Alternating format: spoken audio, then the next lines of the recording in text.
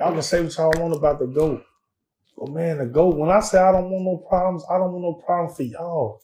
Because like I'm not bringing problems to you. But boy, I'm gonna damage something if I have to. And I'm talking about mentally.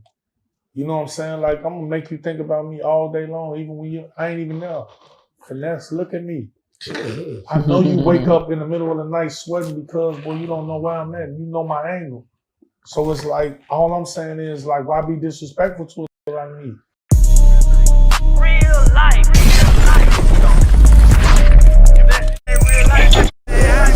It ain't real life.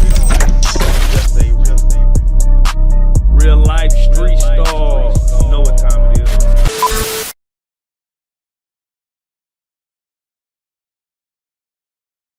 Everybody start clapping right now.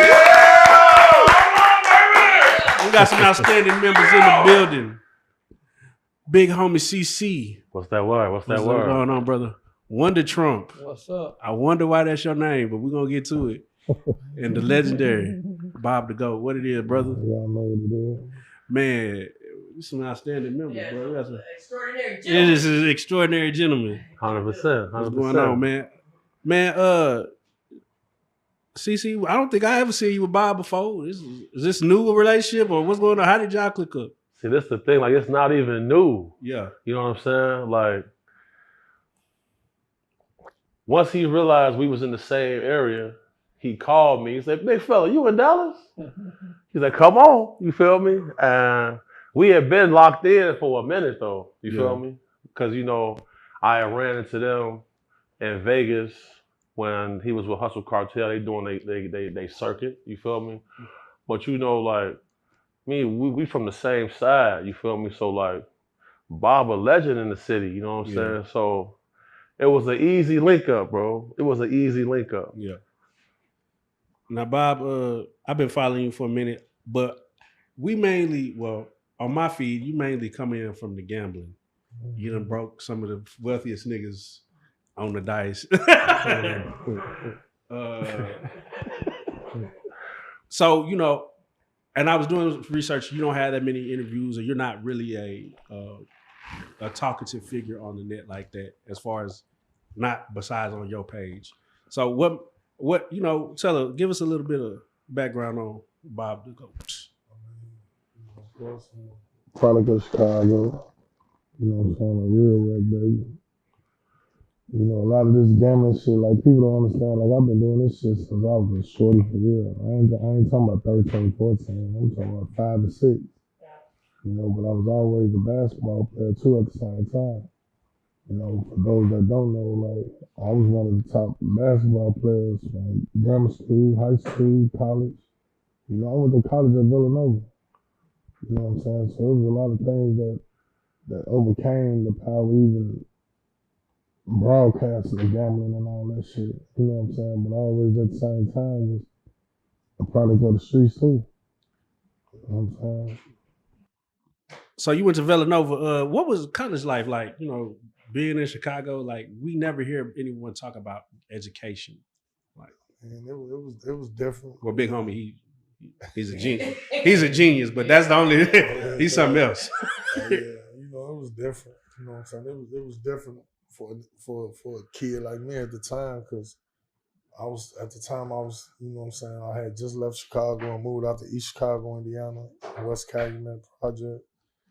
And, you know, like, you know, I've been GD all my life, you know what I'm saying? And when I moved out to Indiana, I moved in the neighborhood with number CBLs and mafias, you know what I'm saying, vice lords or whatever. So as far as on the street angle of that, it was kind of rough for on a child at that time, 15, 16 years old mentally.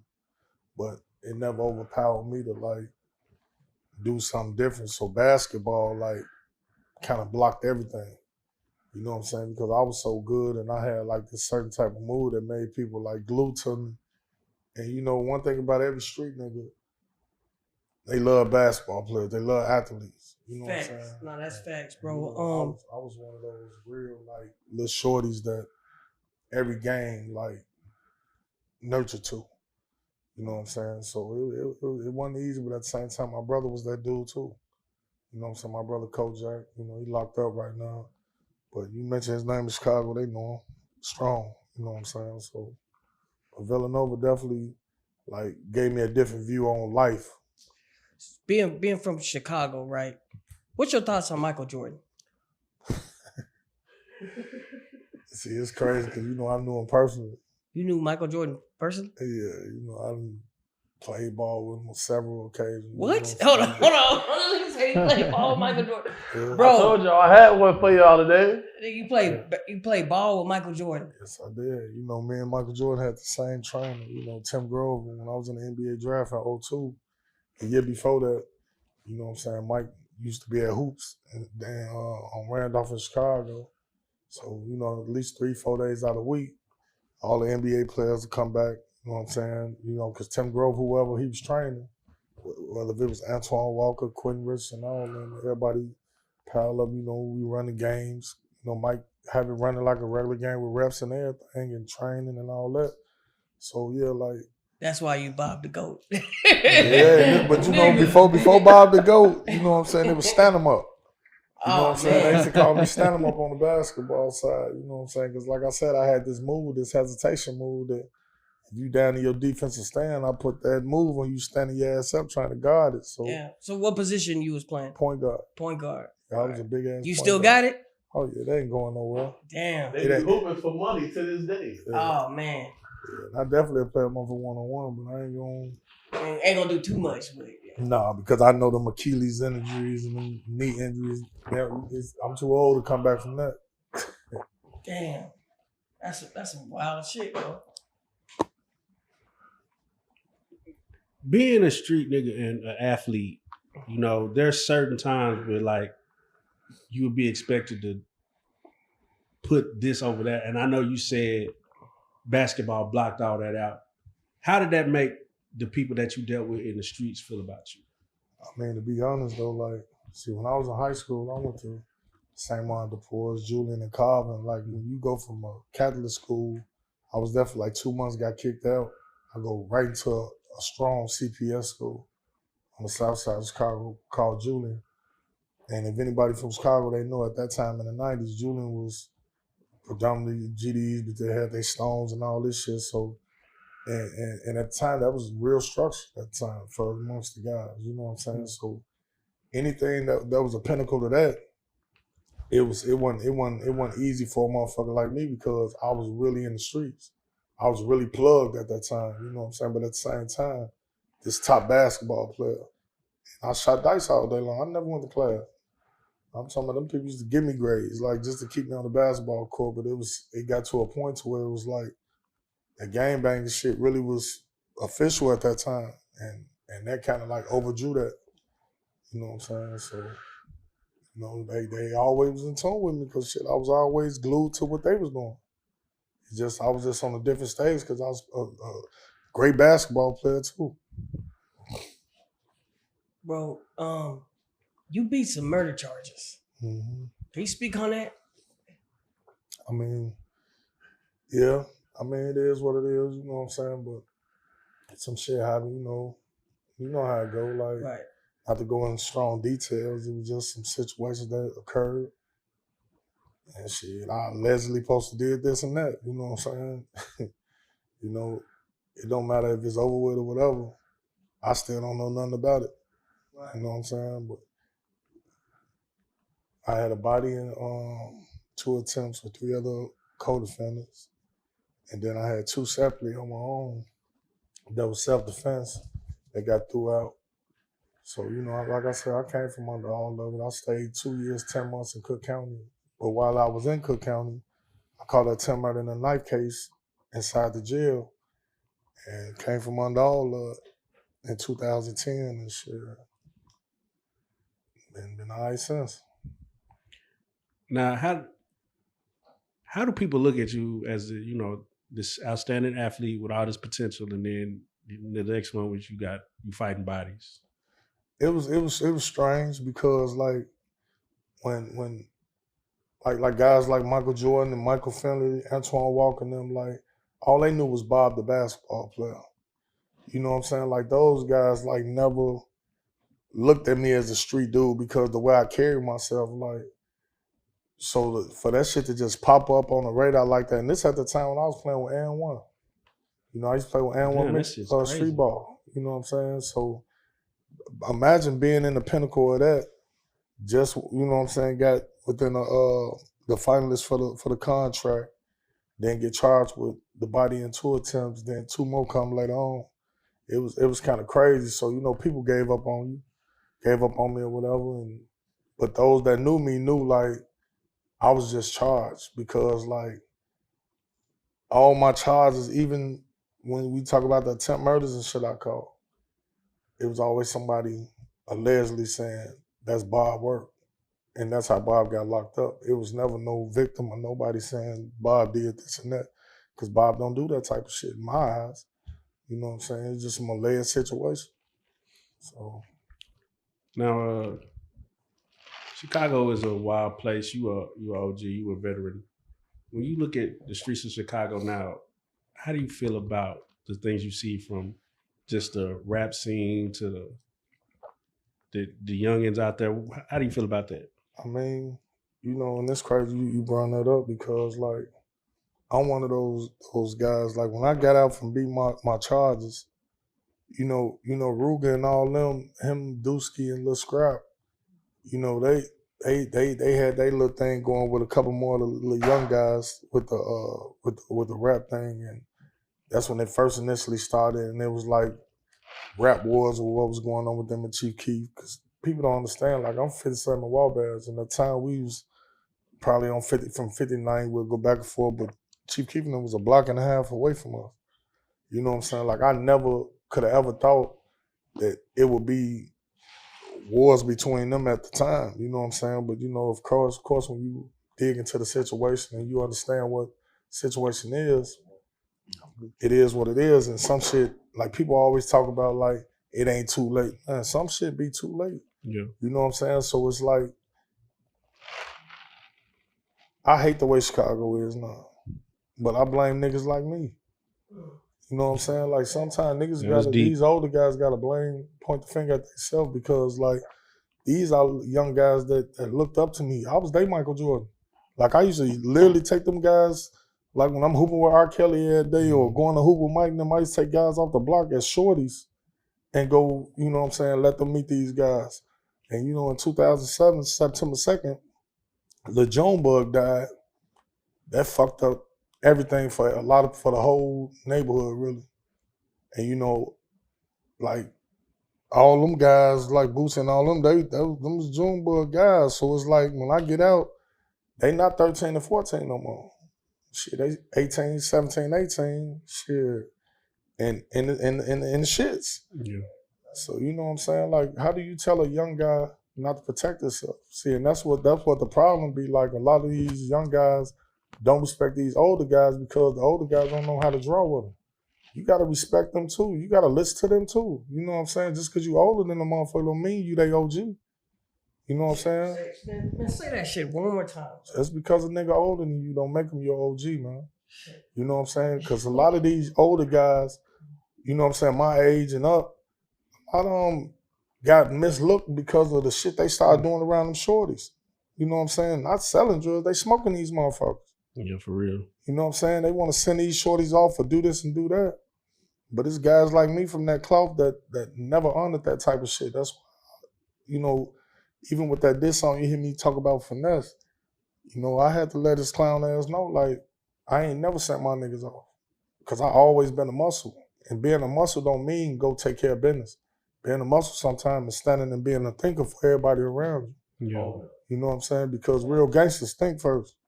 And that's what make this shit so weird that these niggas even want to play with me, because he know I'm a thinker first. And them the worst niggas to deal with. Yeah, before we get off into that, because that's pretty crazy as well. OTF Jam. We're looking at him, and I want your opinion on this. And you too, Trump. You too. We're looking at him like He needs continue to, to try to with be the snakes hard. and the rats. He needs to be in a box with the snakes and the rats. We're watching him after, you know, him cooperating with law enforcement, come back and drop his location. We don't know if it's a real location, but drop his location. Says if anybody has a problem with him, to come and see him. Now, what are y'all thoughts on that? I mean, I'm not gonna pull up on the law. You feel me? Like, I already did that with Whack 100 and Loose Cannon. You feel me? Like, I already did that already. You know what I'm saying? So, and let me tell you something about a nigga doing that.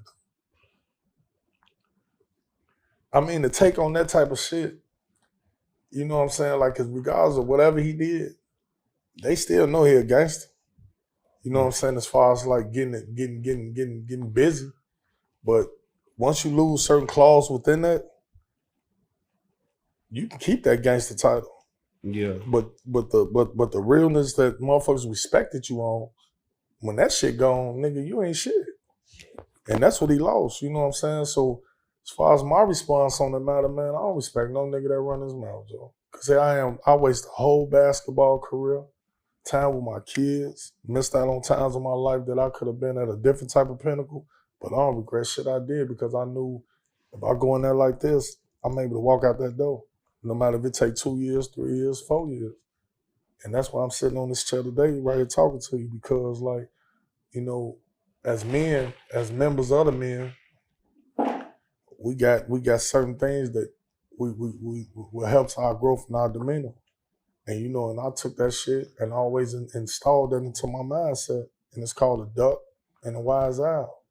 Just to break off a couple, you know what I'm saying? And that type of shit, what I grew up under, has directed me always in a different direction than the average motherfucker. And it'll never leave me. Mm-hmm. Now, used R word was allegedly GD. I don't know. Big Homie is or was allegedly insane. What is the difference between these, like... Hey, I'm gonna tell you like this, right? One thing because I was like, when he said he was insane, I was like, the first time I met him, like, oh, he making some shit up.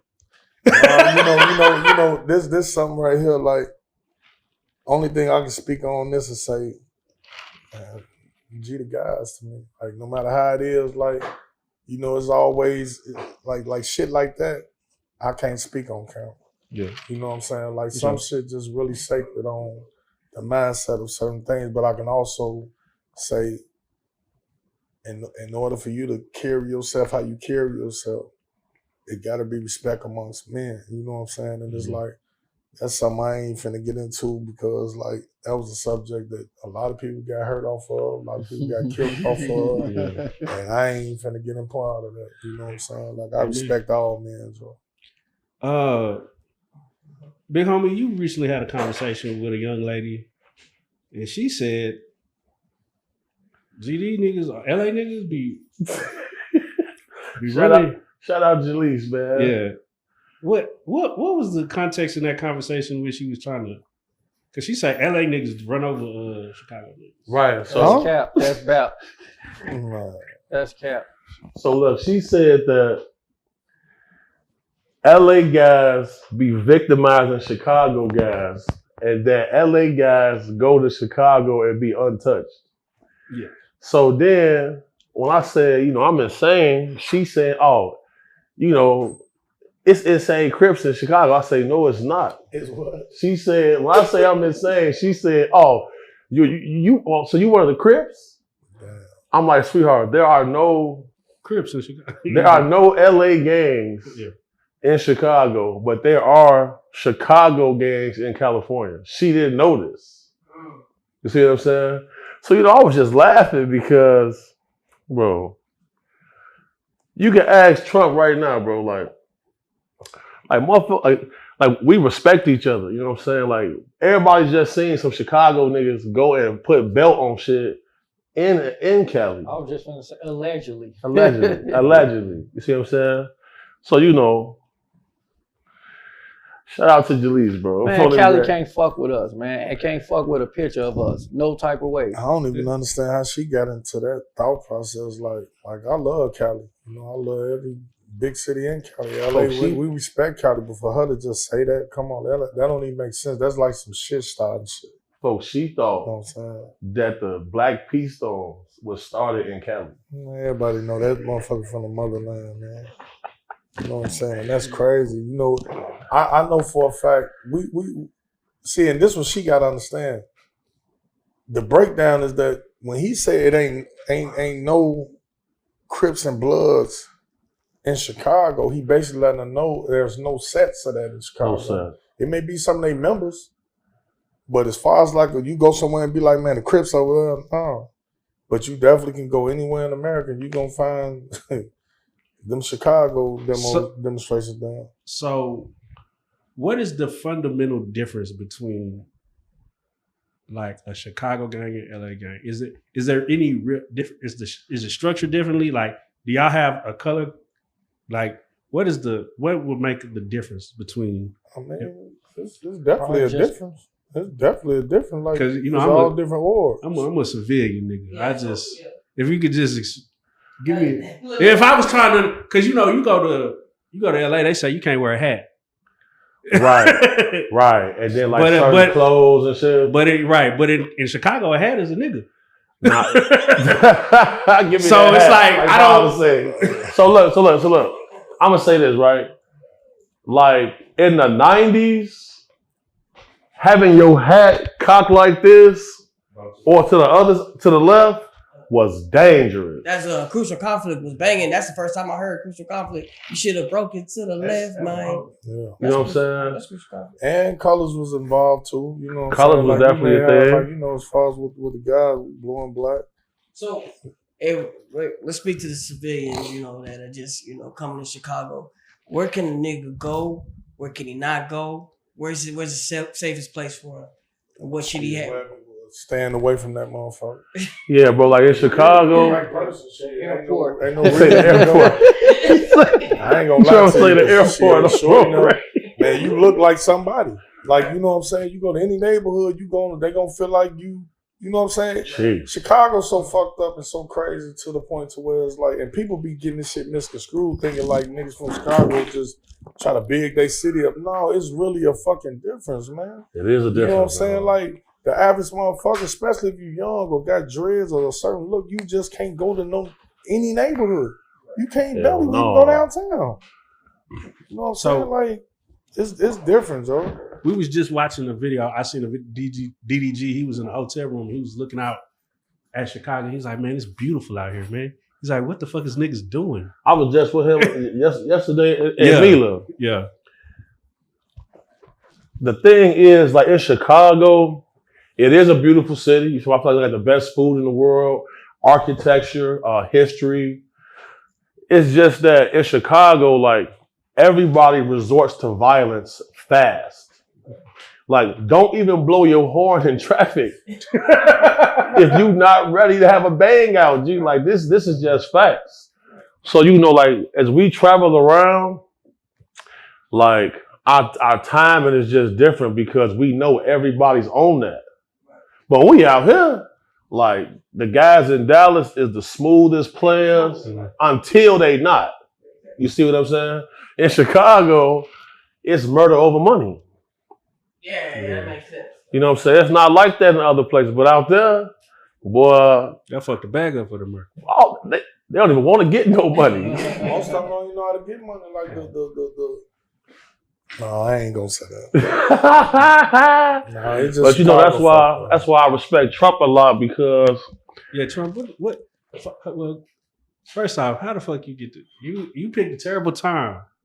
You fucking up the gas. How you get the name Wonder Trump? Why you got that hat? First, my name was Wonder Bread. Then I felt like I got to a level where I ain't want to share with none of these goofballs. Trump was building a wall, so I felt like I wanted to put a wall up with me and all these goofies. I came. That's all. I give you that. Yes. So, well, you're from Chicago as well? Yeah. Give us some of your experiences just growing up in the city. You know, man, I done had all type of experience. I mean, I done been shot motherfuckers in jail. My life on the line, going to trial with a public offender, beating 2 attempt murders. the prosecutor for John, who was the prosecutor for John Wayne Gacy, that was my judge. He really didn't like me, but I guess I got a blessing. 2 weeks before trial, something was going on with him, and they gave me a substitute judge.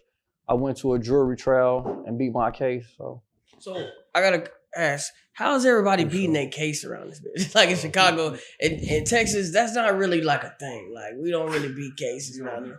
The case beat you out here. So in Chicago, Chicago, though, I mean, you know, sometimes you go to a jury trial and pick a jury. I guess you get a blessing, but if it's like beatable by law, you got the right lawyer. You could do it with like the right judge or whatever. If the judge going by the law or whatever, so. And then another thing, not to cut you off.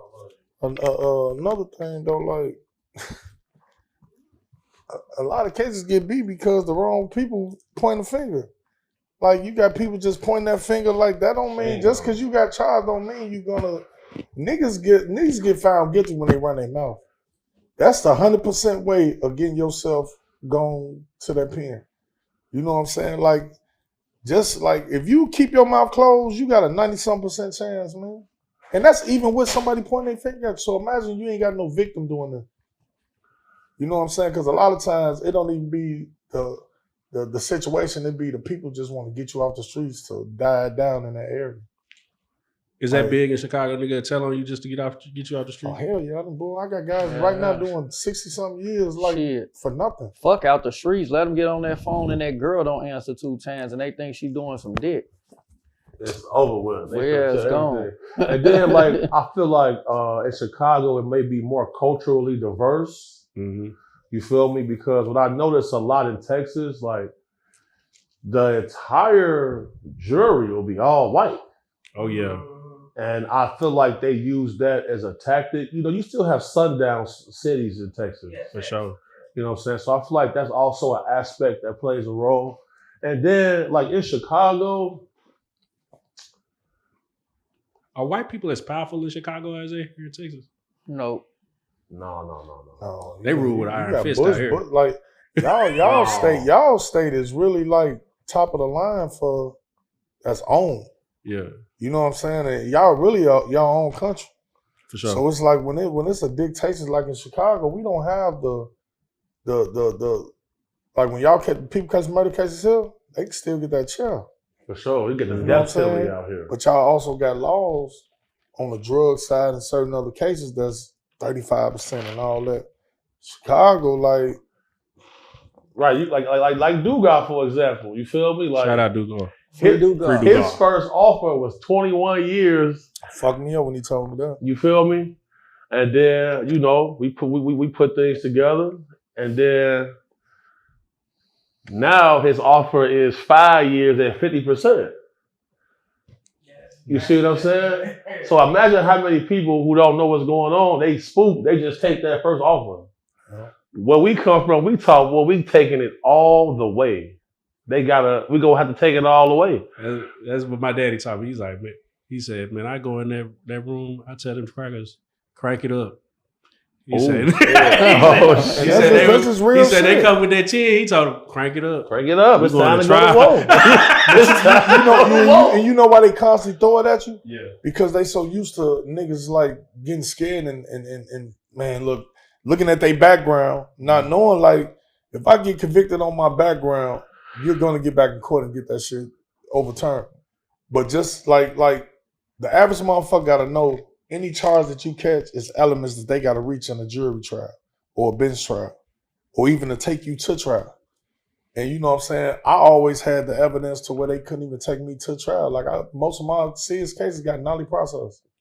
You know what I'm saying? All they had was a co-defendant or a motherfucker who ain't got nothing to do with nothing issuing a nigga into a situation.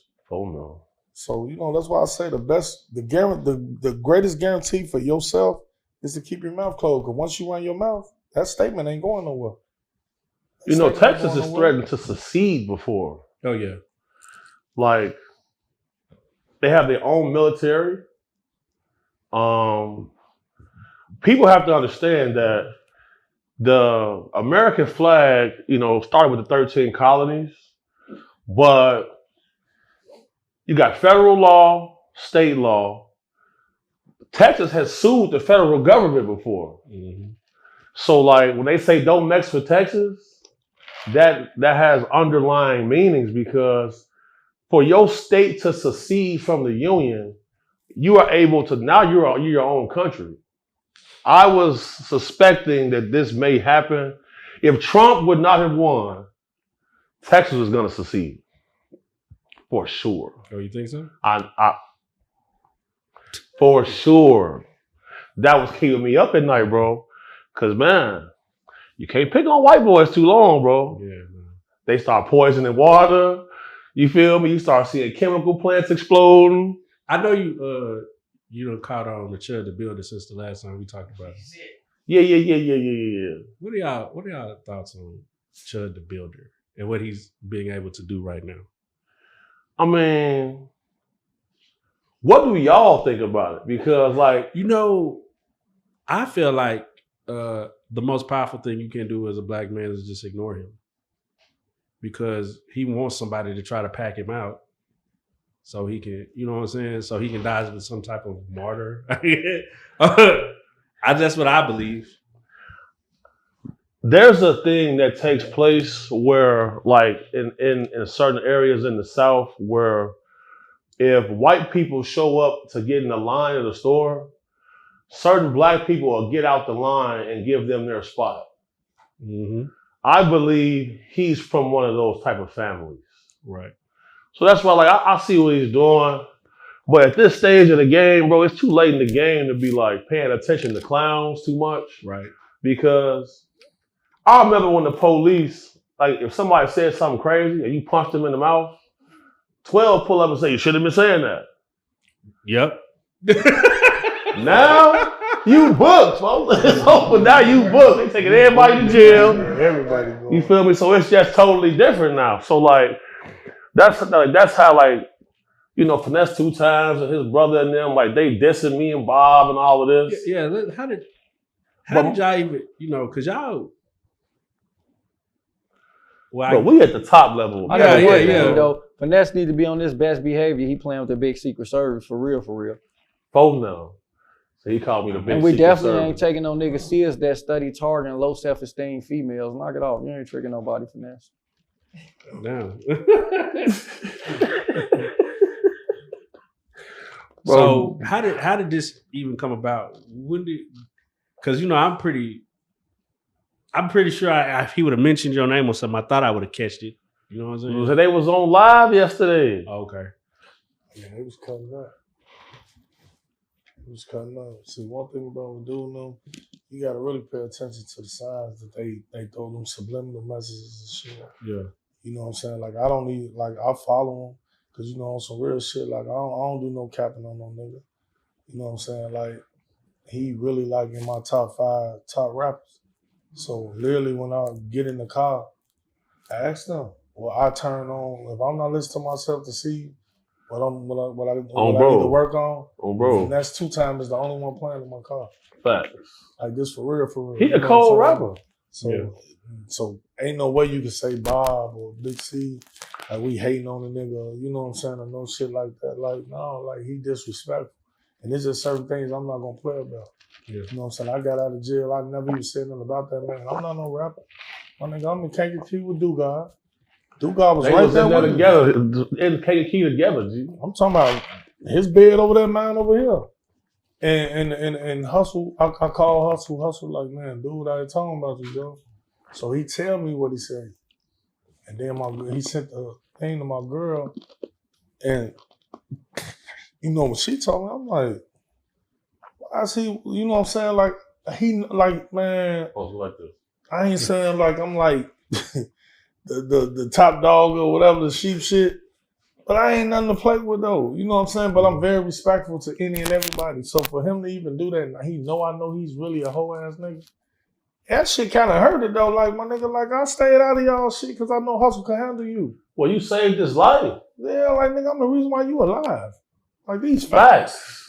You know what I'm saying? So Facts. Saves his man life, G. It's just so crazy for that man to disrespect my woman like that. And people, of course it's means, man, he doing all this over a bitch. Why is you worried about it? Because just imagine if that was your mama or your sister or your daughter.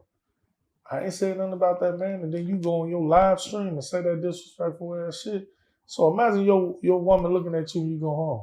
Yeah. You just gonna let that nigga say something about me because he don't know nothing about me if it ain't you. So of course, like, and that's me being who I am. Oh, so he mentioned the woman you did? Yeah. Oh, saying this girl wife's name. How you Oh, gonna do this and do that too and all this? Like I hate even being in a position to where I gotta say something about shit. Yeah. But I'm gonna dog that bitch to the dirt. Like, she ain't, like, and it's because of him. And I respect you. And Suge don't look better than Ari. Hell no, man. Well, oh man, listen. Boy, you do not never have to respond on that. Yeah. Cause that nigga ain't on your level, or boy, he ain't nowhere near. Finesse from Memphis. We just seen what Shiesty did. That nigga sit on the internet all day and cry about his contract. Tell him go get his favorite bullet on his face. I mean, cause you know what's so crazy though? They actually seeing the real Finesse. Yeah. You know what I'm saying? And I hate to even say anything negative about him, but the things I'm gonna say about him, they gotta understand. Like, I ain't gonna get into the shit that I've been around to see, but he's a bitch. On the guy. When you come at me a certain type of lane, you gonna have to stay in that lane and overpower that bitch with me. Yeah. And he know it. Like people like pushing their opinions on it. I'm dead serious. If I see him, I'm gonna smack the shit out of him. Like, so how did his brother get involved? Because they don't even. Boy, that goof ass dude. Because the last we checked, they don't even have a relationship. Man, Finesse hate him. Like, these facts. Boy, no love, no this. Like, they so confused as a family. Bro, you can't come put no knot on neither one of our heads, G. People crazy. No love on there with a knot on his shit and screaming. Yeah. And the niggas who did it 20 feet away. Get the fuck out of here. You come on, bro. Like, they rappers. You see what I'm saying? So when I see them talking tough, it's like, gee. And boy, they made some serious threats. You heard what they were saying yesterday? Y'all ain't see that for real? Gee, the man say they gonna shoot Bob in the head, and motherfuckers say, see, Bob got you into this. And all this kind of shit. I'm just looking like, bro. If we were 2 hours later. 2 hours later, though, they jumping on the live, apologizing. Talking about, man, Bob, we don't want no problems with you and all this type of shit because, you know, that call had to came through, bro. What's that dude name who said he was 7'4" for real? Big Jew. Then he on that saying he really 7'4", which is, you know, some GD shit. But he from Memphis. He got 2 belts. He said he got 2 under his belt. Bro, if you got 2, then what we got there, bro? Big Jew, I ain't got none. I don't want no smoke with you. I'm an angel. But I'm gonna beat your ass whenever I see you. Then you know not to play with me. And it's real talk. Like, all and then we post low. Yeah, definitely did. We dropped the low. And tell Finesse2Tymes better not catch him on the internet talking crazy to his OG again either. Oh no. We dropped low. No Love make a video saying he outside. I'm like, bro, you in a cornfield. G. Like, that nigga in Alabama. But he's a rapper, dude. And it be so crazy. This shit can get out of control fast. He really looked like Finesse. If Finesse really knew like the stature that come with his name, Finesse would be a $20, $30 million nigga. If he knew the stature that came with your name. Oh yeah. You know what I'm saying? Like, phone number, you know, mine, Trump. I tend not to even think about all that goofy shit. He just, but I'm just saying that like because of the people he had around him and the way he just misused his brand. So you saved his life. You know what I'm saying? Niggas should be paying homage for that. Man, it wasn't shit for me. You know what I'm saying? It's like, but like I worry more on the fact like you had Hustle Cartel on your wingspan, you had Lil King on the rise on your wingspan, and you misused them chances to not only put another man in position to take care of his family and to build your brand, but you like misuse that situation because you hate for a person to get above you. Like a lot of them niggas in the industry. How many pictures do we take a day? Shit. Boy. Finesse charges his fans to take pictures, bro. That is the lamest, clownish shit I've ever seen. Oh, let me tell you something he did. Now, this is something I'm gonna speak on, right? Because you know a lot of them men that's upon what you got going on, they honor you. Like we in Indianapolis. You know what I'm saying? We're in Indianapolis. Nap time, shout to the nap. You know what I'm saying? For sure. And this man, like some of them guys that's under his act, like 3 of them walked up, we in the mall. And they walked up, man, Finesse, we love you, Joe. We love how you honor the demonstration and all this and that. Let us take a picture with you. Man, Finesse sat there and let Lil Judah, the gay one. He let him, you know what I'm saying, tell them people, we ain't taking pictures with no dudes, only females and kids. Now, when you a part of something, that's just like y'all two, regardless if y'all knew each other or not, but y'all under the same situation strongly, oath. And you go up to him and say, man, bro, like I'm following you, I'm with you, I appreciate you for continuing to send the message out or whatever. Then you ask him to take a picture. He look at you like you crazy, like, nah. You know how bad that'll hurt? I would never do that to my men. Right. You know what I'm saying? So right then and there, the respect level start going down, and I start asking myself, like, damn, this dude, because you know you can get tricked by that rap shit. For he ain't tricking me no more. I know you cold. You cold lyrically. When it come to that street shit, y'all have come in contact with a lot of rappers. Are there any is gangster rap a real? Are there any gangster rappers, or is it just rappers? Like, are there really tough rappers? Yeah, King Von. I'm gonna be real with you. I just don't think no nigga that's getting money want to be tough. That's what that's me. You know what I'm saying? 'Cause I don't give a fuck. I know what I do. Oh, no. But you think I want to tear that up for a nigga? Right. But if need be, it's gonna happen. So just is in jail. Yeah, like, and you That's stupid as hell. Thing. Like, I was trying to, I was like, when I see Big 30 at Chicken and Waffles at Lolo's in Vegas, like, he knew exactly who I was. You know, he telling this homie, he shot through the door. You feel me? Like, I'll be fucking with your shit.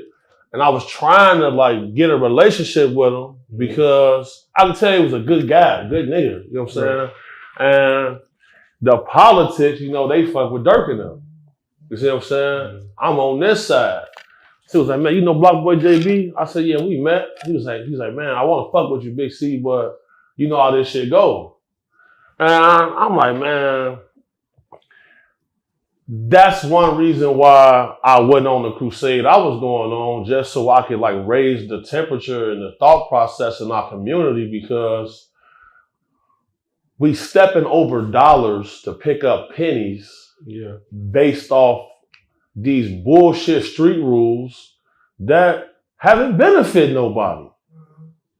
Point blank period. Like, all of the rappers that's tough is booked. Yeah. Right. Or dead. Because I know a few real ones, like the real ones is the smart ones. Oh no. Right. Like Ruger. For sure. Shout out my boy Ruger. Like he won y'all got some guys here. You know what I'm saying? Big X the Plug. Yeah. Trap Boy Freddy. Just seen them last none of them. Like them real men, you don't never hear their name out there, no bullshit. Yeah, nah. You know what I'm saying? Like, I don't know, you know, it's always something to somebody because of where they grew up or whatever the shit they was in the streets, but I respect any man that take care of his people around him, Joe. Yeah. That's why I respect Big X the Plug so much, like a real dude. Like, and I ain't just saying this shit, it's facts. It's a lot of popular Dallas rappers that, you know, make sure that Zillionaire, Montana, we got a nice movement of.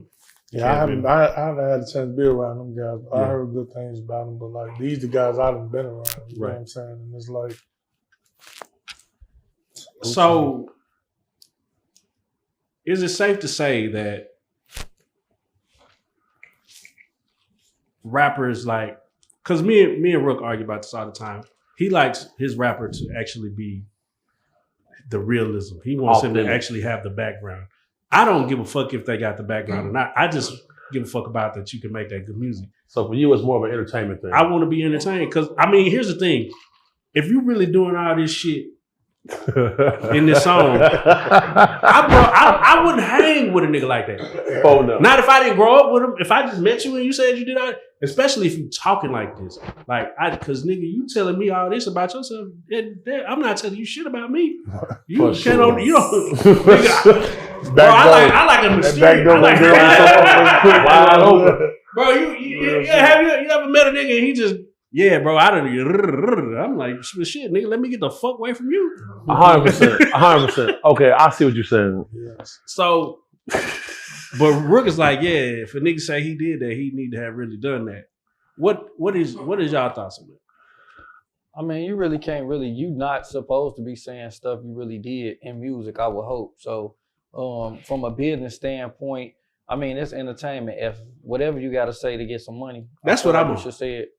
But I know they're gonna feel it harder when they know a nigga really about it. 100%. It hit harder when you know it's real. Yeah. But when Rick Ross say, "I know Noriega, the real Noriega," you can't possibly think. you can't possibly think. Fool, no Noriega, G. That's why I'm talking about the shit I be speaking on, like real rap. When you talk that gangster shit or that real shit you done been through, you ain't you rhyming through it, but you talking to whoever that need to listen to it. But for sure, that's a big difference. Bro. But it's a way you could do it. So like if you talking gangster stuff and you talking gangster like just certain gangster stuff and you about that, then it's a way you could do it. But if you actually like talking about murders or you talking about hits or shit that you actually did, then that's the difference. But and details kill you. Yeah. If you going into details, you the stupidest motherfucker. Right. You talk about you dropping the location, what time it was dark, what color car it was. These stupid motherfuckers I haven't did that. Yeah, I mean, cause Chicago started this whole drill scene and it made its way and it was real. I hated it ever happened, bro. But it's like I hate it ever happened. I ain't gonna lie, some of the shit I used to hear, man, when I was look. I hate it ever happened. I mean, bro, I didn't really. If it wasn't to me, Chicago drill is basically saying I did it rap to me. And then, bro, like with that genre, you can't even tour with that music. Right. Look at PGF Nuck, booked for what robbery? Lizzie Osama, booked for robbery. Vaughn, dead. Dirk, booked. All of these guys, you see what I'm saying? On the deck with Nuck. You was on the deck with Nuck? Man, that was on the deck about 4 months. Now think about that. Well, he was. I don't know if he's still there. But... Now remember, he was spending $10,000 on outfits, and then when he go down, they robbing Uber drivers, cash apping the money off their phone to they self and to their parents. G. Dumb as hell, but that's the thing. Like rap don't pay how people think. But him and his rapping saying he told on me. They telling on each other. That motherfucker. Crazy for a motherfucker to sit in jail and say this is what's going on because like I say, that respect to that tough shit go out the window. Yeah, and then he left his ID in one of the Ubers. You going on a move with your ID? Cell phone is crazy. Now, Bob, you done broke some rappers in half with this gambling. How easy is it to size a rapper's personality up through gambling? I mean, the average motherfucker gonna always put more sauce on it than what it is. Yeah. Like, I'm the best. And the only motherfucker that can stand next to me is Hustle Cartel. Right. What makes you the best? What makes me the best is they can't fuck with me. Well, he got a magical hand, bro. And then not only that, like, numbers don't lie. Like, they can say whatever they want about me and Hustle Cartel. Like, I can never, like, exemplify myself as on some single shit because, like, I've been doing this shit all my life. So, like, people don't know. Hustle only started gambling in 23 on the day. Like, this time I did all my life. So let me ask you this, bro. Should I be in a casino shooting craps? If that's what you want to do. I just feel like the casino is rigged. They banned Bob from the casino. They banned you from the casino, bro? Yeah, I stayed on the dice for 2 hours and 41 minutes. God. Shit. Like Tell them how my much. first time. How much you win on that? Like 400 something. And they banned you. They banned me for. I can't go to no casino in Indiana. Can't go to no Caesars. Like this real fast. We Like, need to go to the casino, bro. We And- need to go to the and- casino. and Can I'm you go to talking about- Windstar, bro? I go to Windstar. Oh, yeah. I go to Windstar because it's not a Caesars. Right. Like, you know what I'm saying? But it's like I really can't go nowhere in Indiana. You know what I'm saying? Like, and I only shot dice one time at the boat. And that was that first time. Like when I go to casino, I play blackjack. Okay. But when it come to this street dice game shit, I ain't nobody fuck with me. And I put your money on. Like they know they can't fuck with me. They want to beat me so bad. So if we took you to zero, took everything from you, and all you had was a pair of dice. Well, I'm getting that shit back. Well, listen, I'm drawing. Man, what y'all gambling? Because you know I keep my character and my ways 100%. Yeah. So meaning like you don't even know me. This your first time really meeting me. I can go broke yesterday and tell you, man, give me $1,000. Let me go put this together. You gonna trust that? Why? Because of the layout I done laid down, and I'm gonna push that shit to the limit. And I might come back to you with 300,000, and that little G you gave me, you may get 5. Now. You know what I'm saying? That's the type of nigga you dealing with. Like, I'm not selling for none of this shit. That nigga said 5. He had 300. Oh, wow.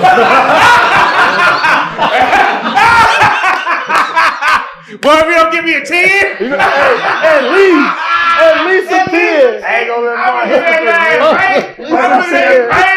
at least a 10. that nigga got a trash bag over here. Let me tell you something. It's crazy you saying because I've been in that position many times because, and this is real shit for every nigga, every street nigga, any motherfucker that call himself a hustler. You ain't no real hustler if you can't lose it all and get it right back. Amen. You know what I'm saying? Like, but you gotta stay respectful for everything. You gotta allow people to like honor what you're doing. You gotta keep shit with gratitude. What You know do I what I'm say? saying? We With double honor. G's. Gangsta and a gentleman. Yeah, because like Hold on. you can't get nothing from nobody and don't expect to get it back. Like I don't know. I'm from that cloth for real. Like I'm a real 70s baby. Like So now motherfuckers understand. Now motherfuckers understand because these are the guys we was looking up to growing up. So now people understand the timeline. The people like, man, BH like, you know all this shit, but why is y'all doing all this killer gangster shit all the time? Like, nigga, we grew up around super niggas. Yeah. You feel me? One day they with Michael Jordan. You feel me? Then they on the block. And, you know, it's crazy work, G. This is what was going on. Real shit. I have seen, bro, I just seen him win dice games for money. I would lose my breath. He be tripping out too. I'll be like, He damn, sitting bro. So that which gets me to my next question: how dangerous is it when you take a certain amount of money, beat a nigga for a certain? How do you make a nigga feel comfortable losing that amount of money, or does that even matter to you? It don't. I promise you. Like, you know how niggas be capping, man. Yeah. I swear to God, I don't cap. Like, first of all, you're not coming around me with nothing that could be violent that could put the motherfucker life in jeopardy or none of that shit. Whatever you do when the motherfucker leave, that's on y'all. But that's why I say, like, you really have to crash out to disrespect. Yeah, don't They try. talk all that bullshit, all they want. Me and Hustle Cartel do not fucking play about security. And everything legit, though. Yeah. You know what I'm saying? It's for everybody's benefit to make sure everything is done the right way. You know what I'm saying? So that's for any gamblers. You know, they constantly want to sit here and try to put a bone on us. But look what's been working. And we talking about year after year. You never heard not one time Bob and Hustle Gang got stuck up. Or they even got the fighting in there. Yeah, we never heard that. And we talking about years. So it speaks volumes on motherfuckers. So, you know what I'm saying? Like, a motherfucker like him. Well, you gotta honor a motherfucker like him, Joe. Imagine a motherfucker being your bodyguard, he get more pictures took than you sometimes. Yeah. You see what I'm saying? Like, on some I'd have real been. shit. I'd have been. So it's Soon as like, we walk in the spot, somebody walk up to the nigga. you know how hard it is to be known as a only motherfucker besides him is Steve Wilco. I'm keeping it 100. but on some real shit, when you sit and think about this shit, because I'm one of them niggas that really like real shit, put shit together. Like, boy, fuck protecting me, nigga. I'm protecting you. You know what I'm saying? But you know, when you put two real muscles together, that's loyal. And then shit, boy, we gonna have to probably call this little ass down. You know what I'm saying? Y'all can see shit. You know, he can be a firecracker for you motherfuckers, so stop playing out there. Oh no. Now, Trump, can you? I just ask one more question about the gambling shit. Now, I be on this shit, this prize pick shit, bro. I need to leave it alone, bro. Hell yeah. Leave that shit alone, damn. Why deal with it? Because you got no control over it. Yeah, you got no control. Let me explain this real quick. There's no such thing as a sports handicapper. Okay. The guys that are at the elite level on sports betting and stuff like that, they're called sharps. Sharps will never sell their picks because it's not enough to go around. Yep. You see what I'm saying? These guys are printing up their own winning tickets, they're going to the casino taking photos, and it's all bullshit. There's no way to have a positive balance and you're betting parlays. It's impossible. And then if that person is a sharp, they're not even going to show their face on the camera because if the casino see, they're going to ban you. I seen Bob beat a casino so bad, then the niggas with suits pop out. You see what I'm saying? And they say, excuse me, sir, they escort you out the building. They don't even give you no comp rooms or nothing. They don't want you to win. Point blank period. And they the gangbangers. Them motherfuckers, boy, they come with so many. When they pop out 30 deep. They come out with so many suits, boy. You be sitting there like, they pop out 30 motherfuckers. Feel like you getting indicted around. Oh, wow, you think the feds that pushed up on you in the spot? But you know, man, what's the wildest thing you won gambling? Finesse2Tymes. You gotta. No, damn, I can't say it. Finesse know that. He know that. He is starting talking about what a chain ain't here. Man, listen to me. You will never see me cap. Now what's done is done. Like, boy, man up to that shit, boy. Your ass ain't no shit. There's been a lot of speculation around the F&G chains. Them motherfuckers is really in position. Swear to God, I don't do no cap. Listen, if I was gonna stun the front, I got F&G on my dice chain. Like, cause I was around them when I got this made. Yeah. You know what I'm saying? Because I appreciate them guys. I appreciate Finesse. I appreciate Rudy, for real.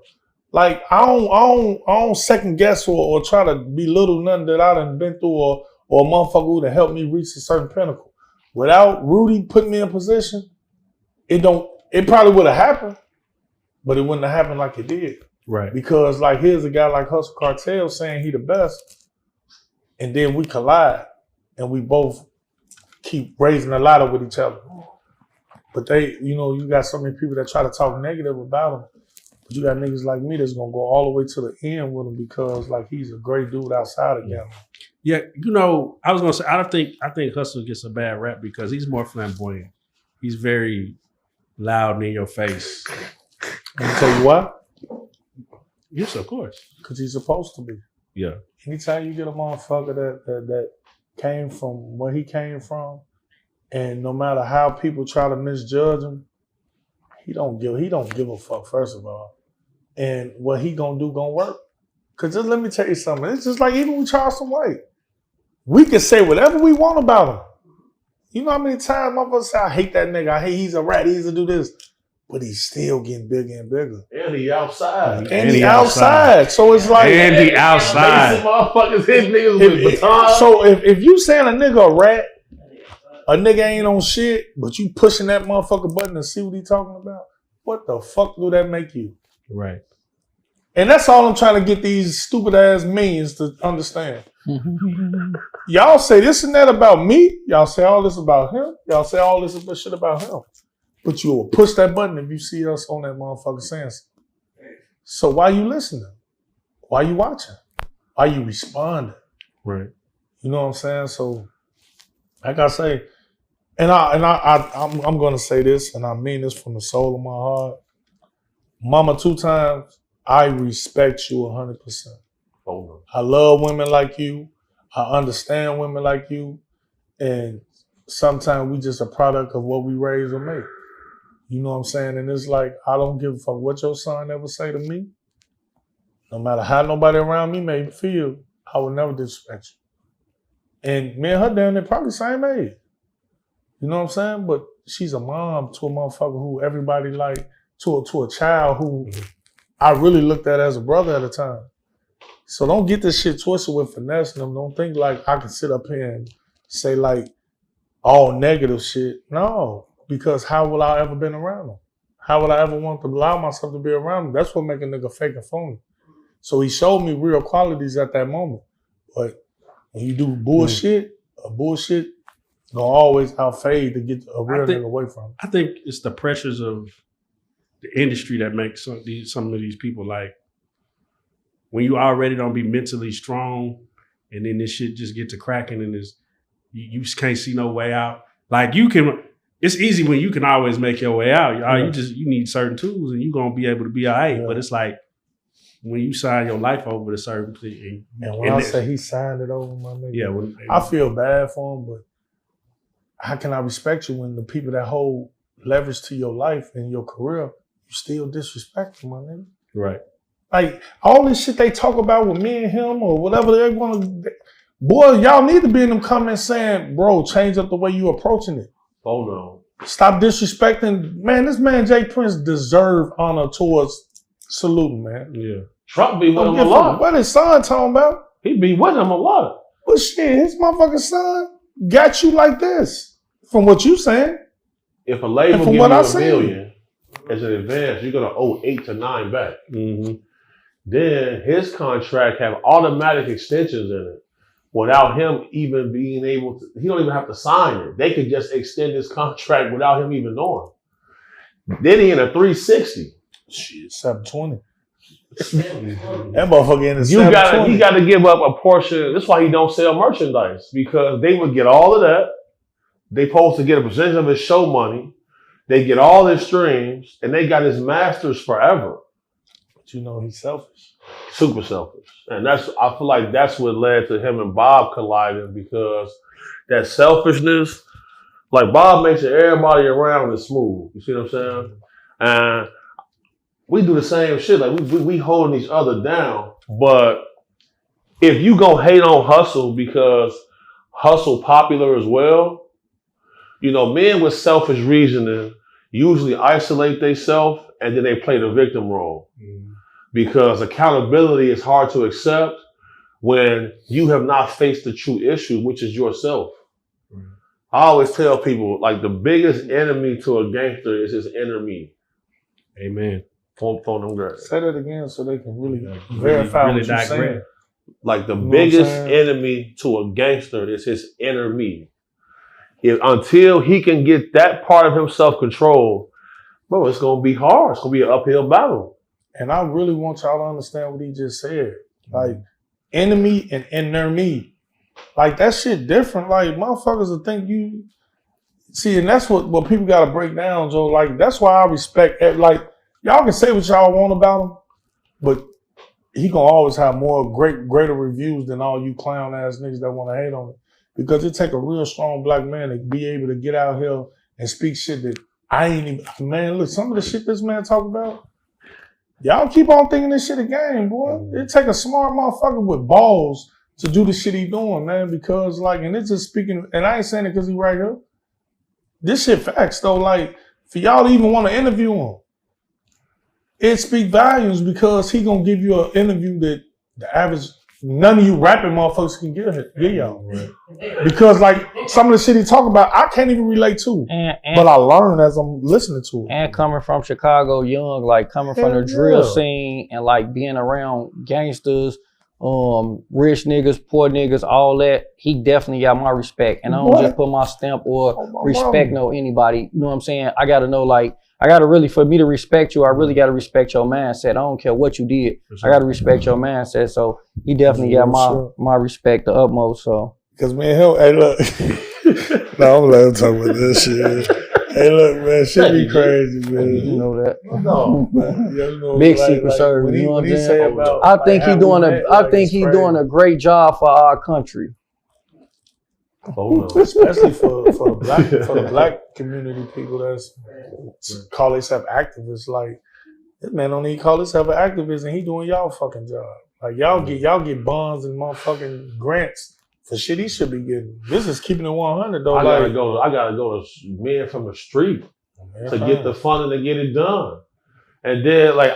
A lot of activists I have never seen outside before. They not gonna go in the trenches. Well, they ain't. But shit, y'all be there. From them trenches. Y'all be there. Yeah, they ain't going in that shit. But boy, Fast be asking, hey man, look, they always down. Like anytime I suggest to them that we finna go do this, they always down. But this is why I get along with them so well, because we got certain personality traits that are similar. Man, them people got and like when I first started this shit, you know what I'm saying? Niggas like, man, ain't no way in hell this motherfucker know all of this shit. Yeah, and then people started fact checking. Like, oh, okay, well, that shit was true. That shit crazy. Man, you know, like, I ain't even did a fact check. I'm just mesmerized. Like, no, because usually, when you meet a nigga who can articulate himself as well as Big Homie does, and his street nigga, they usually got some game for your ass, but another kind of game, like it's a lot of false prophets. So I'm always very weary of a nigga with a lot of knowledge. But Big Homie actually has wisdom. So he applies the shit. He applies what he teaches. Thank you. He doesn't just know some shit. He's applying what he teaches. That shit honored on what and we done seen him get real wild. Hey, I told his ass, look, I was in the motherfucking feds. I'm sitting there watching them check Whack 100. And it's so crazy. Like, your man, bro. Yeah. Like, I told motherfuckers, like, when I see a certain look or a certain, because one thing about a real niggas love to smile. Yeah. And that smile is the get the fuck away from me smile. You know what I'm saying? At times, and like, when you can check niggas and put that smile on it, nigga, that's your warning. Get the fuck on. You know what I'm saying? So it's like, if you ain't having fun doing, no matter what you're doing, whether you on some gangster shit, some political shit, some job shit, if you're not just like what y'all do, if y'all don't love what y'all doing, no matter how good it's doing for y'all pockets, it's not gonna succeed or overachieve. You know what I'm saying? Like, I just heard y'all debate about a subject, and it's like y'all need that. Oh, bro. Because that's like y'all ain't competing, y'all challenging each other to understand. Like, nigga, we built this shit. So we got to continue to build and build. For sure. So I just why I say I just respect certain character of niggas, man. And it's like your views is his views, but they different. Right. And y'all gonna always bump heads, but you gotta bump heads. Like, man, Hustle bump heads all day long. Right. Boy, listen to me. I'm gonna ride this bitch to the fullest with it. And that's how you know if somebody really your homie, G, like your brother. Like, what I want for myself, I want for my brother. Right. You see what I'm saying? So it's like, all right. If we never disagree on nothing, we're going to the pen. Yeah, straight there. If we never disagree on nothing, we going to the pen, G. Straight up. Yeah, that shit true though. But y'all got something going that's so great. Like, y'all interviewing us, but shit, I salute y'all. Because it take a lot to get to the point and the pinnacle of what y'all got going on. And there's for sure. There's a lot of bullshit. Like, that's why y'all ain't never seen me on interviews. The interviews y'all see me on? My people. But he won't do interviews, bro. Because I want y'all to get to that point. Y'all can do the same shit because I'm going to allow y'all to ask me certain questions. You see, the first thing I told y'all when I came in, I don't give a fuck what y'all ask me. On the game. You know what I'm saying? And that's how it's supposed to be. If a motherfucker come in this motherfucker and be scared for y'all to ask certain questions, kick them out your shit. Get your deposit. On some real shit, because like, nigga, what the fuck we interviewing you for? I love coming up there. You know what I'm saying? Like, I love coming up there. And I be seeing people saying like they want 25,000 an interview. That's about this. Who the fuck is that? Beyonce? Bro, Bob, niggas with the dude Ben 10 who just got hit up. 25,000. He said he wanted 50. For what though? To say y'all got shot? On the guys. Shout out to Ben 10. You get that shit, put me along with you. But they don't understand something. A platform has to make their cheese back.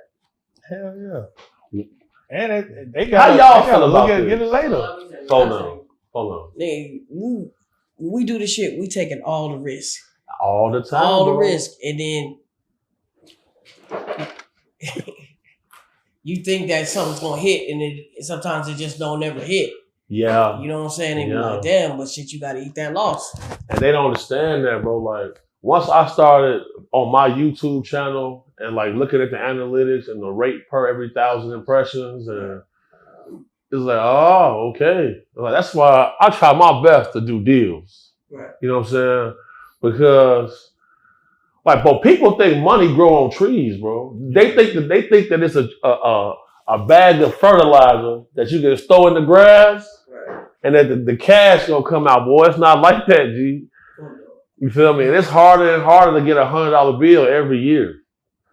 So that's why, especially when I'm dealing with black men who are doing that shit, I try to do deals and make shit work.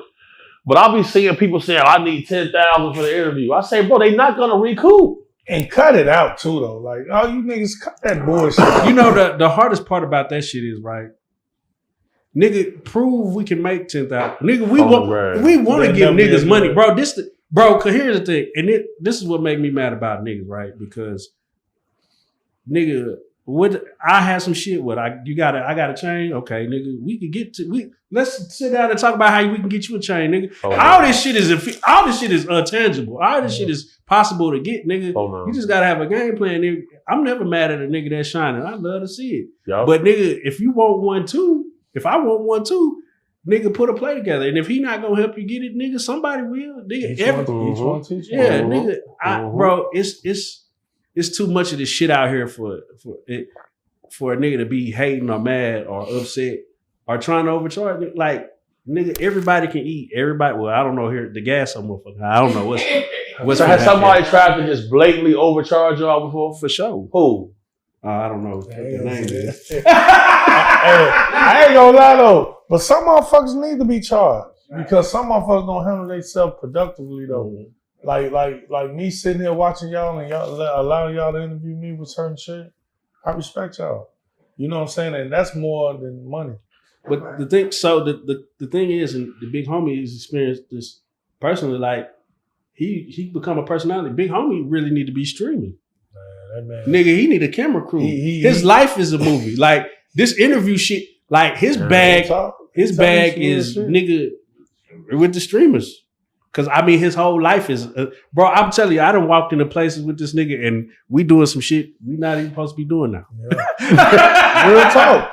Me too. Like I'm about to talk all that shit. Cause let me tell you something. They talk, and he kills me when he talk about this bodyguard shit.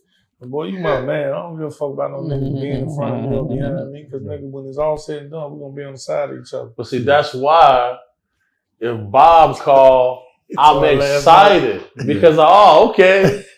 Because I'm not finna be the only one demonstrating. Right. You see what I'm saying? Like last night. Cause look, I'm the politician, bro. You see what I'm saying? Bob is not finna negotiate with nobody. Mm-hmm. So we at Candace. Was that y'all niggas? Was that y'all in there? We was in Canvas. We was in there. So some shit started happening, and our driver is parked in the front. I go to the door we came in through, and I do say, "Hey man, y'all can't come to this way. Y'all got to go out the back and walk around." I'm not even gonna say nothing. We just walk past you because when Bob come over here, he's not gonna even hear this. You see what I'm saying? So. And then, like when we going somewhere crowded, you know what I'm saying, I make sure I walk in front. You know what I'm saying? But, like, sometimes, like, Bob would just walk off, go to the bathroom and shit. You know, he know I got his 6. But if I go to the bathroom, I look around, he's standing there with me. Yeah. But we locked in when there was some real gangster shit going on. Yeah. And I'm not going to go into details, but once this day happened, I was like, oh, shit. This how you coming? Bet. You feel me? You can call me anytime. So last night, we trying to go out the door. I let Bob go in front. So the security, he's like, hey man, he's like, hey bro, we ain't worried about none of that shit. Open this motherfucking door. So dude looking like a motherfucker outside. They shooting outside. So he's like, y'all gonna go out there right next to me? We ain't worried about that. We ain't no average niggas. So it's kind of like, and I'm in there taking pictures with people. Boy, a girl was about to faint. He laughing. You feel me? And to me, bro, I'm forever thankful. You know what I'm saying? Like I'm always be humble to the end because, you know. No, you different, bro. For people to love you so much. And it started. I would read the comments like that nigga. But listen to me. Like if he was capping right now, I'd say, boy, cut it down. Oh no. And I say like he actually like not giving y'all the full fledged. Yeah. Like this girl was really on some. Boy, you about to make like she's saying this shit out of her mouth. And look, I asked her, was that her twin? I don't know if it's her twin on this side. He tell her like, cause he hear everything, right? My little brother Tip, he hear everything, so he laughing and shit. So that's the girl look just like I'm like, is that her twin? But I'm looking on this side, she going crazy. He like, baby, just relax. It's gonna be all right. And I'm just looking at this shit like. It's funny. Like, boy, you need a bodyguard. Like the whole time we in that motherfucker, let's not get this shit twisted. Oh no. They running to him. We walk through the door, the first motherfucker. Yeah, these two motherfuckers, they the GOAT. Because I don't know how to, I can't smile like he do sometimes because I always feel like the negative shit coming to me. Yeah. So it's like I really he only smile when he talk to his kids, G. And it's like, and that's how most street dudes is. When they only smile, they see their wife or their kids. Really, yeah. Bro. And I promise you, this nigga was getting so much love, but it ain't just was yesterday. Like even with me, him and Hustle together, like it's really he stand out on his own. Like and that's what make all us together strong. Like like we got you put these brands together, real brands respect brands to build each other. Mm-hmm. And when it ain't no competing, and when I say like it was, he come through the door with us, and there was never nothing to where motherfuckers say, boy, you get too much attention, go ahead on. Now, I wish the fuck I would. Boy, eat. You know what I'm saying? Because you deserve that shit. Oh, yeah. You know what I'm saying? Because bullshit about nothing. Like, I would sit there on YouTube and just watch his ass. Because he going to say something that if he can't say nothing that puts your mindset above the street shit, because y'all can talk all this bullshit. It ain't about street with him. Right. He take you outside the box. All the time. You know what I'm saying? And that's what you got to respect, and that's what you got to look at and see and honor. Because it's different, though. But he don't know that. He just think he just Big C. He big homie shit. He ain't gonna never give himself them flowers, but some niggas deserve them flowers. Like niggas deserve them flowers. I'm gonna tell you, I look for patterns in niggas like repetition. He never tells a story different. He always tells it the same way. Yep. It's never a scene. There's never a thread. Like this nigga, like a nigga be like, yeah, I was in that hole. I had on the blue jean, and then the nigga tell you, yeah, I had on the red. Oh, okay.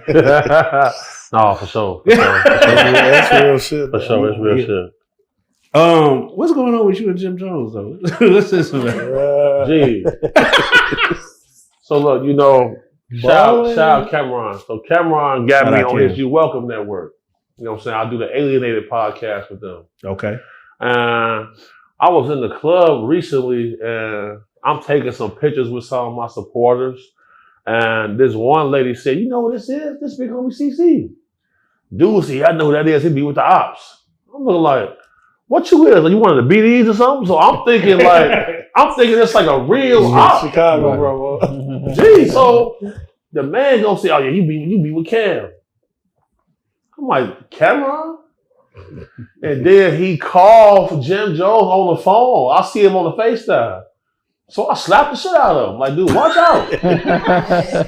Like, we not finna do that. You see what I'm saying? Because if you're calling somebody, that means you're looking for support to be aggressive towards me. Right. Yeah. So I'm gonna go ahead and let them know right now that damn, all the G, how do we look? Shit. If somebody call a phone, okay, I'm supposed to wait on you to get here. All right, I'm waiting for y'all to get over here. I'm standing like this, like Superman. Watch out, boy. You just build your own motherfucking cast. No, sir. So, you know, but that's a rapper. You see what I'm saying? Like, I'm not finna be the rapper guys, man. They annoy me. Cause bro, Try too hard. bro, they try too hard. It's kind of like shit we've been through though. that we really do. Like, I'm not finna call nobody, G. Like, when I'm outside, I'm with the members who is just like me. Yeah. We don't want no fucking problems. We're trying to enjoy our time, relax. You know, violence is just in your toolbox. It should never be your identity. Well, okay, let me ask you right there, because you know everybody got the nigga to click right that does want the problems. And he's looking for the problems. How you calm that nigga down? Shit, he gonna calm himself down. On my kids, cause sooner or later he gonna calm himself down. He's going to the pen. But I feel y'all. I feel where y'all coming from, cause you know, and it's crazy y'all say that shit. Hold on. We just talking about this. Like, shit. because we do got, you know what I'm saying? Like, for sure, like, I got a man that be around, like, and he mean all the greatest shit in the world. And you know what I'm saying? He gonna take care of business though. Like, he gonna stand on that shit. And it's like, you just know when you got men like that around that mean good and he ain't doing nothing negative towards stealing, disrespecting, none of that shit. You can't give up on him. You know what I'm saying? You continue to just allow him to, because you gotta allow a person to be himself. Like, Trump got some homies who like some of the other guys, like, that's what they live for. You see what I'm saying? But he never leads them down the wrong path. And then it's some guys you can't bring everywhere. Yeah. And that's like when you in a leadership role and you really love the men that surround you, you gotta know those differences in times. The time and place for everything. I got an example for y'all. Okay, shoot. You know how niggas bring their guys to sessions like this? Mm-hmm. Outside of us three, do you even feel like we got somebody else in the room? Mm. But it is somebody else in the room, man. Oh my God. That's the difference of having your men around. Like, your men should never even allow nobody to feel like you want them to. If a motherfucker walked in here right now, he part of the production. Because if something happens, the element of surprise gonna be one that get you out that door. Right. But I'm just saying it because that's the difference on how we think. You know, and that's a great, because we've had a lot of individuals that come in here with, and I got everybody looking tough with that motherfucker. Man. Like, niggas standing up the whole motherfucking time.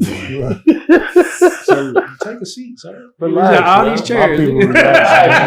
Our people gonna be relaxed. It's real shit because, like, if you've been through it, you have nothing to worry about. If you crack, you know what you're gonna do. You know what you're gonna do. And it's like, please, I just want to look into this camera and say this. Y'all don't. When you tough, the toughest shit in the world. Let me tell you something about security. Security is to make sure the shit don't happen, man.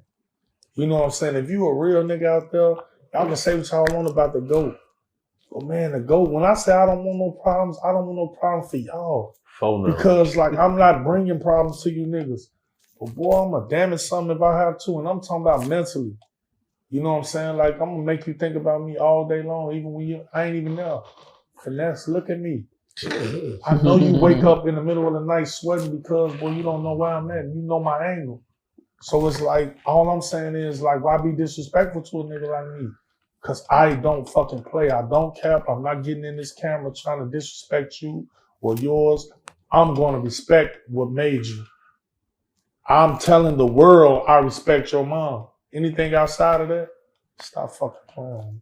Fola and no love. Stop saying my motherfucking name, G. Like, you niggas sound weird and say, hey, man. Say, man, these nigga, dog. Man said man 50 times. Like, and I love Memphis. I respect Memphis and love Memphis.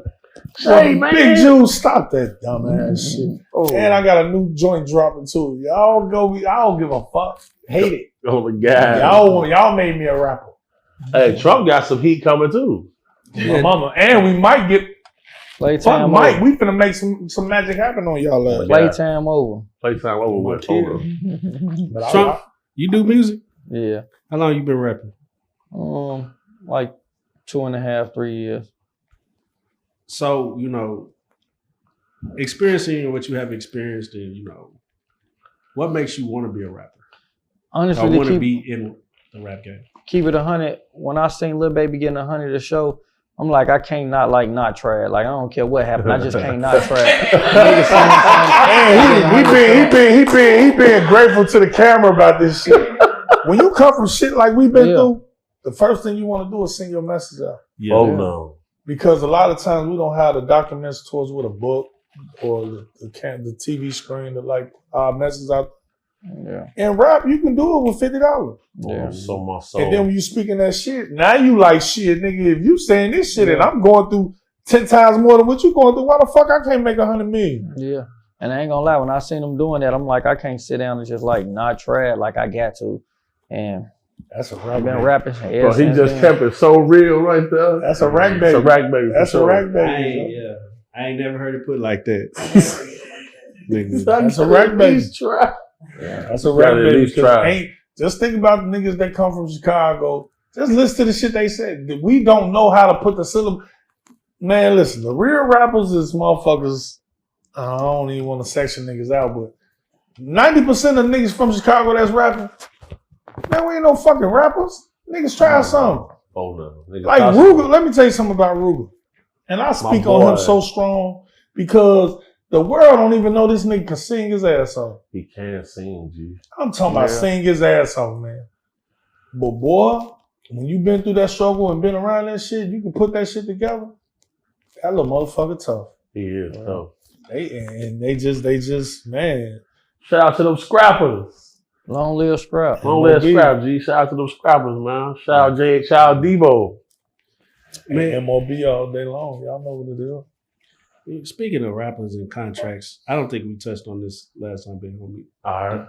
The Gucci Mane situation. Oh my Lord! Another nigga. I can't wait to hear his ass. I'm gonna sit back. I'm gonna sit back and wait to hear this motherfucker here. What's your thoughts on that? You know, bro, like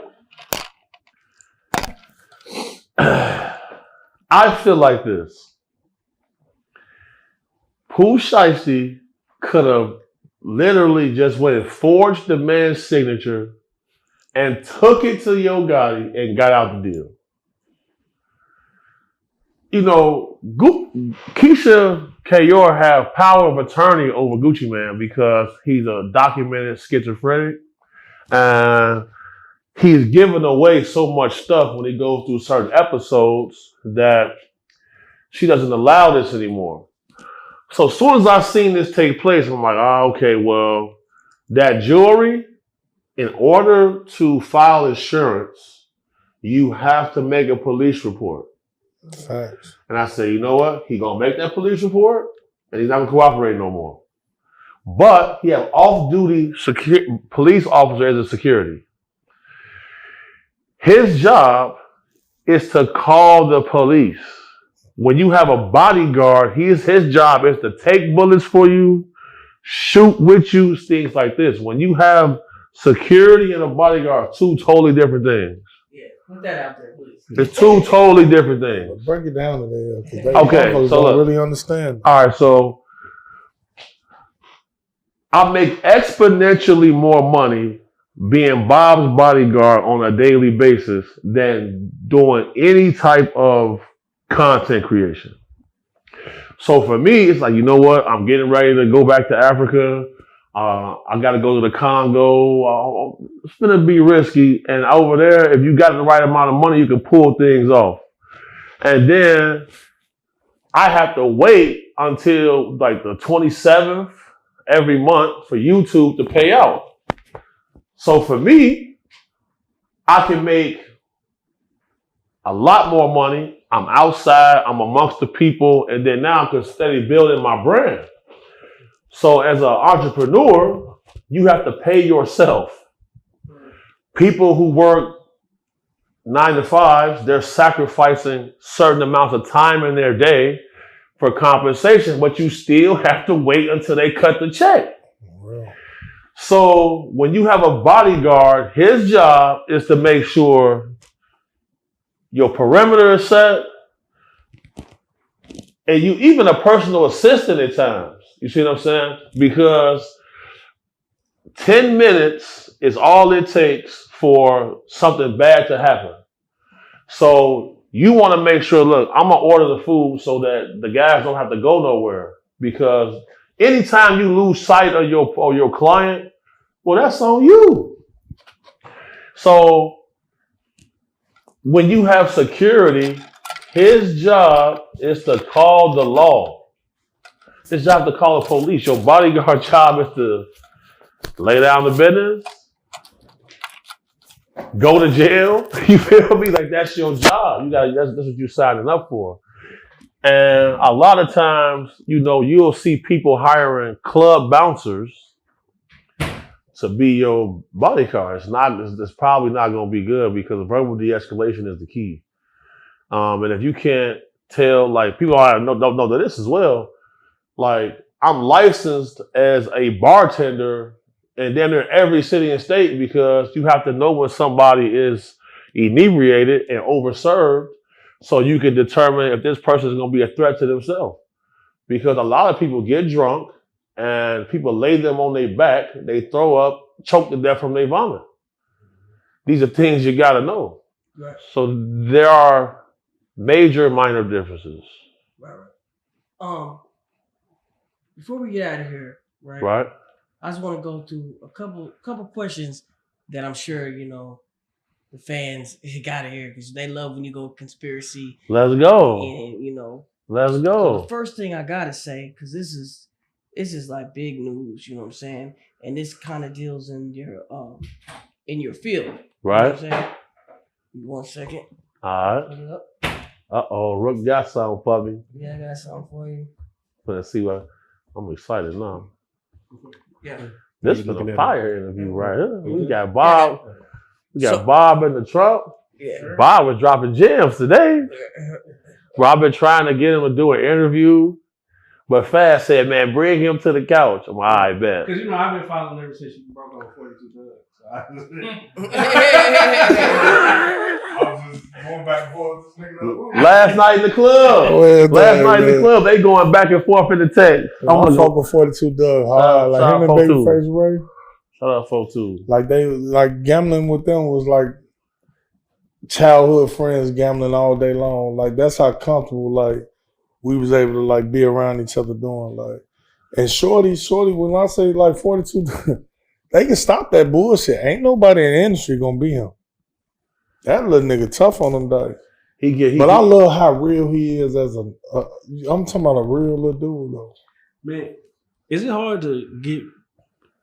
I won't say is it hard, but I would find it hard. Like if Rook beat me on some dice for like $100 grand, I'm good. It's nigga. We gonna have. I'm taking them all on it. Go back with outfit. Pull a Bob, give you 5,000 back.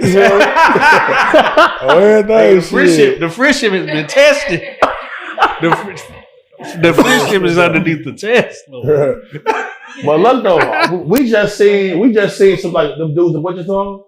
Oh yeah. Like one of them borrowed 30 from his boy because he had lost so much he wanted to get back in there. So he borrowed 30 for his homie, and then Bob took that. Let me get that. I'm like, damn. Let's talk about amounts of money that I'm in crash out mode. Like, it's gonna go down now. I don't even put myself in them positions because, like, bro. Nah, the craziest gambling story I ever heard.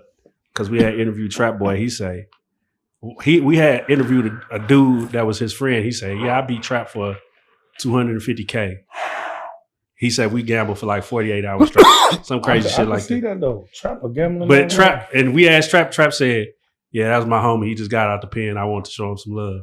Phone them grand. But you know what? Like on some real, like Trap a real nigga though. No, for sure. You know what I'm saying? I fuck with him hard though. Like the man. Listen, this is no bullshit. The first day I met Trap, we in Dallas.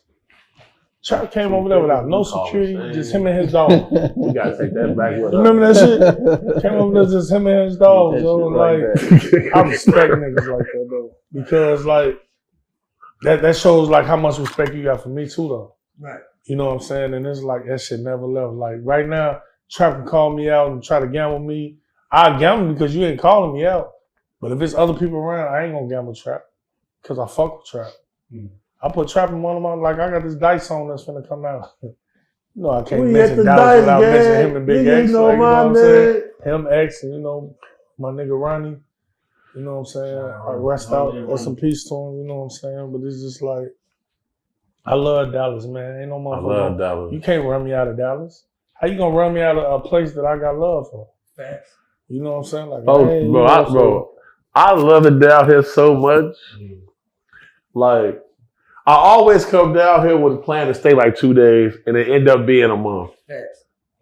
I ain't gonna lie, 250, me, Trump, Stain, we leaving with that 250, bro. I ain't gonna be able to get that. We gonna have to leave down. Oh no, that way ain't gonna go. No, G, that ain't gonna go that way. 250. It's crazy. That's a great story. Hard, that be the shit. That's the hardest shit to believe. And you best believe it, because he that type of nigga. No, yeah, it's trap. He that type of nigga. Like that little nigga, man. Like, there's a lot of people don't even know who Trap Boy is. Yeah. You know what I'm saying? But he shorty got a bag. Shorty go, man, he gonna gamble that shit. But I just love his demeanor though. I just love him being a real nigga. Like, we see each other, it just be the most love. Like, even with CJ, you know what I'm saying? On 32s. Yeah. Like, real niggas though. You know what I'm saying? I just respect real niggas. Like, Big X, he already know how I feel about them. Like him, Cal, and all of Osama and Hood and them. Real niggas to me. Like, I just love how they is with they people. Yeah, sure. And when your people respect you and they love you for what you're doing, like, I honor shit like that. Facts. So yeah, big homie, if we get out here, I'm gonna have you do that big homie shit, man. On the grave, all right. If you've been paying attention to the news, bro, Tanner Horner, you know about that, the little girl that got killed, which was By the truck driver dude. I don't want to say her name right or wrong. Anita, I think that's the little girl's name. Yeah. You see some shit like this, right? And being in the field that you in, right? And they give them the death penalty. What is your thoughts on that? Do you feel like we should smoke him now? Like, you know what I'm saying? Like, right. That's how I be thinking. I be like, man, I kill that nigga over and over again. Oh man. Okay. I'll say this. Rest in peace. Rest in peace to the child. Right. A lot of times what I've seen is when a child or a woman begins to scream or writhe in pain, the assailant panics, and that leads to a murder. Mm-hmm. Now, over the next few months, we're gonna see legislation get put into place for public hangings to come back, firing squads to come back, and chemical castration. Yeah. So, shout out Tim Burchett, congressional rep. Shout out Matt Gaetz, another senator that I work with. They want to have mandatory chemical castration if you are on a sex offender list at all. Thanks. Chemical castration means your penis will never get hard again. Right. You eating pussy all night, it's over with. You see what I'm saying? You a straight carpet muncher for life. That's gonna get wild. You see what I'm saying? And then, you know, public hangings may actually come back. You have to have a certain level of opulence when you're combating people that have sociopath and psychopath tendencies, because, you know, here in America, there are 350 suspects of being serial killers. 90% of them are truck drivers. Then, what did we see a rise in? During the Biden administration, we seen hundreds of thousands of truck drivers that couldn't even speak English, that came from third world countries. Most of them were convicted of murder in the country they came from. So, how do you think people will feel if they see a pedophile getting hanged in the street? Some people say outrage, but happened to black people here all the time. And there was no outrage. I'm a supporter of it. You know, I would vote for that. Me too. You know, the only thing that scares me about that sex offender list, bro. Man, you see a lot of the young dudes get put on that whole just like I met a lot of young 17, 18-year-olds who get put on that list for pissing in the park. or fucking with a 14-year-old for statutory, and they just, bro, and you know, I've seen a motherfucker end itself because they didn't want to be on that list. You know what I'm saying? And they don't be knowing what it's gonna do to their life. They, you know, you young, you think you just getting some pussy. For sure. This is why I'm adamant about the family structure being still in this country amongst black people.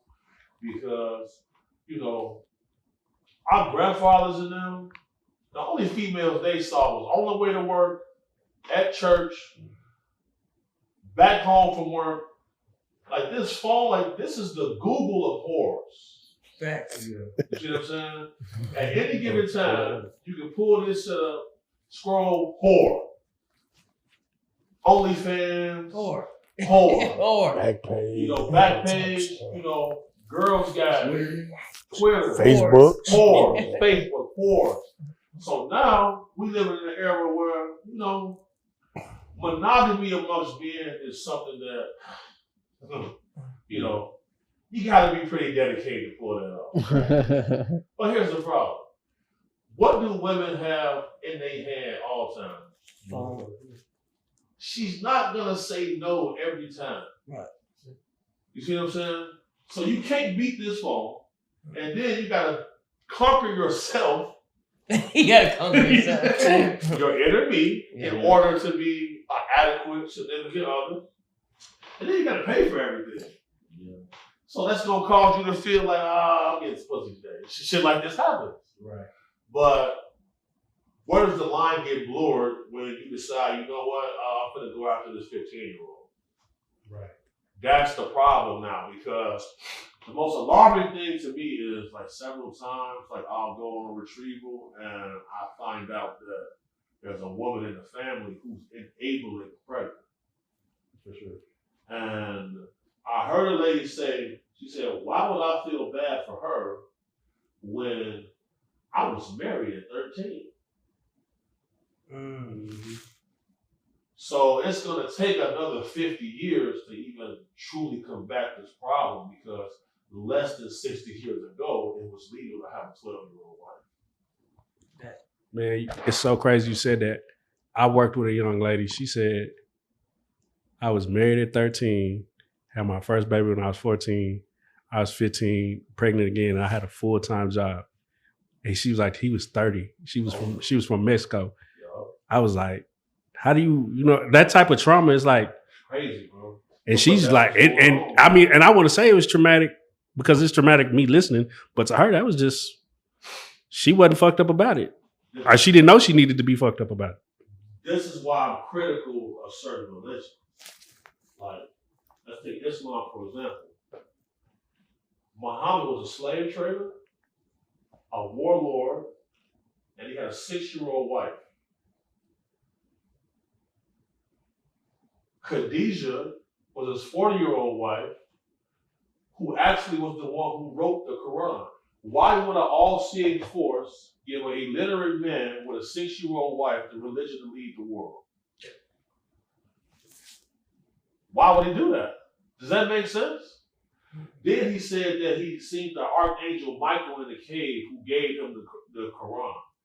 Over 100 times in the Christian Bible, the archangel Michael said, "Fear not, for I am a servant of the Lord. I will not harm you." Mm-hmm. Whoever he is, why was he in a cave in the dark? Sound like he met a jinn to me, or a demon. Mm-hmm. So, you know, when I see like certain things, it's like a lot of those guys, like they martyr themselves because they feel like they finna go to heaven with 72 virgins. Thanks. And then, you know, you think to yourself as a man, like, I don't think I really want a virgin. You know what I'm saying? Yeah, right. I want you to know what you're doing. You know what I'm saying? Yeah. Like, I'm not really trying to, you got to think about these things. You know, the truth is indeed stranger than fiction, for sure. And in moments of high strangeness, the only way to combat weird shit is being a man. Hold up, Yeah. Me and Rook, I was talking about, when we watch gangster movies, he's like, man, the gangster nigga, he had the wife, he had the bitch, but he went home every night. And that bitch better not say, he better not get it. She better not get in the business. She better not come in here trying to get. He's like, nigga, they would take care of you if you came. On my soul. On my soul. On my soul. So, we're gonna let you get out of here because I know we've been doing it a while, but just one more. Bunkers. People are building a lot of bunkers they feel like it's the end of the world coming. What's going on with that? I know you can look to that. So the Obama administration put in legislation to prepare the country for a solar flare. People didn't pay attention to this. All right, here we go. All throughout history, there are periods of time where we find these underground cities and caves and caverns that would house thousands of people. This is because the old world is indeed under the ocean. It's on the ocean floor. If you go to the top of the Himalayan mountains, you're going to see fossilized oysters, invertebrates, oysters that are 8 feet wide. Oysters can live up to 500 years old. You see what I'm saying? So if the top of the Himalayan mountains at one time was on the ocean floor, Buddhist monks talk about a time before the moon was even in the sky. They also speak about seeing explosions on the moon. When the moon arrived, there was a flood. This has happened before. This is why you hear about Atlantis. The Younger Dryas took place. That's about 12,000 years ago. And something happened. There are ancient ruins all over the map. And on the ocean floor, you see these ruins. The white human showed up on Earth 7,000 years ago. Before that, there was no white pigment person on the planet. The layers in their skin showed up in the Scandinavian mountains 7,000 years ago. So that means that whoever created Atlantis probably looked like us. Because it's almost like we're a species with amnesia. Like we don't really remember our true history, so we clash through tribalism. People are building bunkers because a pole reversal is going to happen. A solar flare is going to happen. And living subterranean is probably going to be your best bet. But it's kind of hard to focus on this when the light bill is ending. You see what I'm saying? So for those who don't know what a solar flare is, that's an extinction level event. 100%. So will we even be safe in underground bunkers? Well, that's why you see the chemtrails in the sky every day, because they're putting certain chemicals like aluminum into the sky to reverse the effects of the solar flare. They're planning for this. Mm. I probably wasn't supposed to say that. Well, yeah. Nah, they put it on. It was a nigga on IG the other day. They showed him just in the sky. It ain't even no secret no more. That's what's going on. And if your species cannot handle the sun, a solar flare is probably gonna be really bad for you. Yeah. Man, everybody in the comments, go look up solar flare. Yeah. Oh, man. Niggas is cooked anyway, so you just continue to get money. Get money. Yes, sir. That's all. Financial freedom is our only hope. Hey, man, y'all got any shout outs? Free Dugas, man. Free the guy. Shout out Stain. Shout out Killer Kills. Shout out Killer Kill. Shout out Stain. Free Dugas. And Bob the Goat. Free Kojak. Has anybody ever hit you on dice? Have you ever got hit on dice? No, I ain't lost to nobody. I'm undefeated. Please don't be more tired of winning. I'm tired of winning. Oh, yeah. We finna go gamble some money. He ain't tired. And to all the fans, man, go. All the fans. Trump, do you have an IG that any? My IG Wonder Trump, and I got a YouTube Wonder Trump, Facebook Wonder Trump, Thread Wonder Trump, TikTok Wonder Trump. And y'all know me on Bob the Goat, IG BOB_BAGOAAT, Facebook Bobby Smith with Bob the Goat. I got 2 pages. TikTok Bob the Goat, I guess I don't be knowing, but kitty crack. Let's go. And all you got to do is Google Big Homie CC and he's going to pop up. Shout out Big Homie, man. With that being said, we just like to thank y'all for coming and sitting down with us. Some outstanding members. For sure. Man, we just love to come and talk to y'all, man. Hey, we ain't got to say it, man. But y'all already know what time it is. Big Homie, Bob the Goat, Wonder Trump. Y'all are Real Life Street Stars.